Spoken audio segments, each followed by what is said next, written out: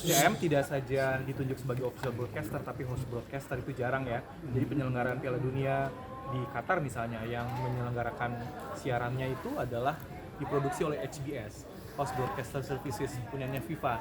Nah kali ini Indonesia menunjuk SCM. Jadi seluruh pertandingan, 52 pertandingan itu kita siarkan, kita produksi dan kita siarkan ke seluruh dunia. Nah itu tugasnya kami dari SCM yang kebetulan di-handle oleh salah satu tim VIP ya, sebagai salah satu anak perusahaan dari SCM. Pak, mungkin persiapannya ini seperti apa sih Pak? Ya, jadi kita udah cukup lama sebenarnya karena waktu itu kan kita sempat pegang U20 ya. Jadi pada saat ada Piala Dunia di Qatar, kita datang, kita ikut workshop, kemudian kita dilatih, diberikan guideline. Kemudian pada bulan Agustus kemarin tim FIFA datang, kemudian inspeksi ke 4 venue, kemudian diketahuilah bahwa misalnya level di stadion ini kurang.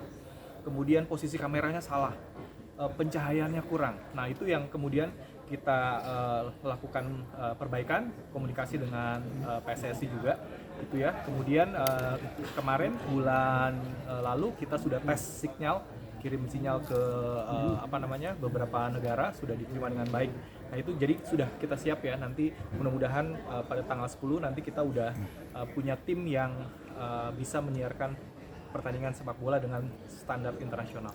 Pak, untuk teknologi VAR sendiri nanti digunakan? Ya, jadi kalau VAR itu bukan kami, jadi FIFA sudah bawa tim VAR-nya, tapi terhubung dengan sistem siaran kita. Jadi kita akan taruh satu kamera, jadi ruangannya sebelah-sebelahan. Jadi tim control room kita, kemudian sebelahnya VAR. Kelebihan apa yang ada nanti gimana Pak?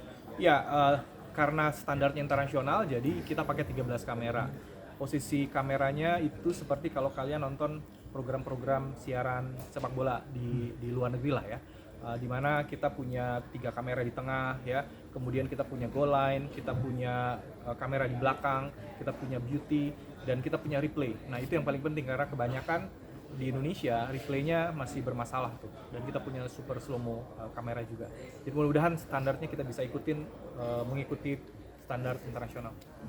Artinya untuk operator atau biasa sebut kameramen dari Indonesia. Lokal Indonesia aja. Yes. Jadi kameramen dari Indonesia, tapi kita diberikan ini dulu guidance ya supaya mengikuti standar mereka. Pak, mungkin mengatasi kendala pada saat siaran berlangsung nanti seperti apa sih Pak? Mungkin karena kita sudah pengalaman siaran live sport ya, kita punya selalu ya, kita punya main sama backup, jadi selalu ada. Jadi mudah-mudahan insya Allah nggak ada kendala-kendala ya. Pak ini mungkin tadi bisa diulang persyaratan nobar sendiri apa aja Pak ini? Ya, kalau persyaratan nobar ya tinggal mengurus registrasi ke baik ke IEG langsung maupun ke agen-agen yang sudah kita tunjuk ya. Kita bekerja sama dengan PT Mix yang juga bekerja sama dengan kita untuk nobar Premier League dan juga yang lain-lain dan waktu Qatar kemarin. Jadi basically sebenarnya nggak ribet kok, tinggal daftar ke kita terus kasih informasi mengenai venue-nya, spesifikasinya seperti apa, lokasinya di mana, kapasitasnya berapa. Itu kalau untuk venue yang sifatnya permanen. Kalau yang sifatnya non permanen, misalnya Anda bikin event di lapangan terbuka, di alun-alun atau di mana, itu juga sama, kita ada ketentuannya juga. Pak, kalau untuk saat ini untuk tempat titik nobarnya sendiri ada berapa Pak? Wah, kalau saya nggak hafal ya tempat titik nobar ya, cuman udah cukup banyak yang mengajukan ke kita, yang lagi kita proses, baik IO perorangan maupun kafe-kafe independen maupun perusahaan-perusahaan brand-brand tertentu yang mau melakukan sponsor untuk nobar. Nah mungkin sedikit Pak, banyak yang pemahaman ya terhadap nobar yang tadi mungkin boleh ditegaskan lagi Pak terkait. Ya, jadi sebenarnya nobar itu sebenarnya gini, ini bukan sesuatu yang baru yang diciptakan oleh kita gitu ya di Indonesia. Enggak, itu di seluruh dunia itu ada, cuma istilahnya beda lah. Ya, di sini kita pakai istilah nobar, di luar negeri istilahnya apa. Tapi basically secara singkat saya bisa katakan gini. Yang namanya kalau Anda membeli paket berlangganan untuk nonton siaran tersebut, paket tersebut adalah paket untuk private use, ya, untuk dipakai di rumah, ya. Nah, kalau nobar itu kan Anda berarti kan itu udah pemakaian di publik dalam kapasitas yang lebih besar, mass dan sebagainya, itu pasti berbeda. Itu kalau Anda langganan. Apalagi kalau Anda nggak langganan, lebih nggak boleh lagi, ya kan? Jadi kalau misalnya contoh, saya kasih contoh lah, misalnya kalau Anda yang pakai software misalnya, ya kan, Microsoft dan lain sebagainya, itu kan pasti juga ada beda. Misalnya Anda untuk pemakaian private use atau untuk corporate dan lain sebagainya itu beda. Dan itu sesuatu hal yang common. Kalau Anda ke luar negeri, Anda ke kafe-kafe segala macam yang menayangkan sepak bola segala macam, Anda tanya aja pemilik kafenya, apakah mereka bayar iurannya sama dengan yang bayar iuran untuk di rumah? Pasti beda. Cuma istilahnya beda. Di situ namanya subscription for restoran, di sini namanya istilahnya nobar dan lain sebagainya. Mungkin sedikit diulang Pak, yang tidak boleh dilakukan di nobar Jadi itu. kalau nobar itu yang masuk unsur nobar itu ada dua elemen, pengumpulan massa, ya kan, dan juga Anda sudah melakukan Anda itu melakukan satu pengumpulan massa, yang kedua Anda melakukan yang namanya komersialisasi. Tapi yang bukan berarti kalau Anda melakukan pengumpulan massa terus tidak melakukan komersialisasi itu salah, enggak juga. Ya Anda tetap harus meminta izin.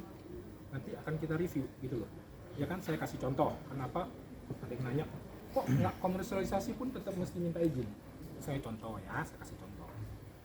Misalnya kalau Anda itu palang merah, tugasnya mulia tuh, menyelamatkan nyawa orang tuh. Tapi kalau palang merah butuh mobil, mesti beli apa? Boleh sembarang ngambil? Mesti beli tuh? Sama. Begitu. Ya.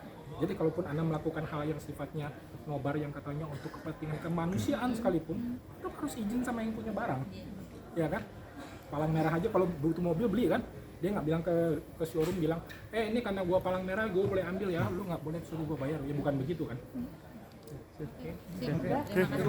Masih Ini kan Indonesia kan luas ya, dalam arti ya mungkin ceritanya nggak bisa jangkau semuanya, dalam arti untuk nobar ini pasti ada yang mohon maaf tidak izin, entah itu komersial atau enggak. Nah, punishment dari situ itu apa untuk mereka?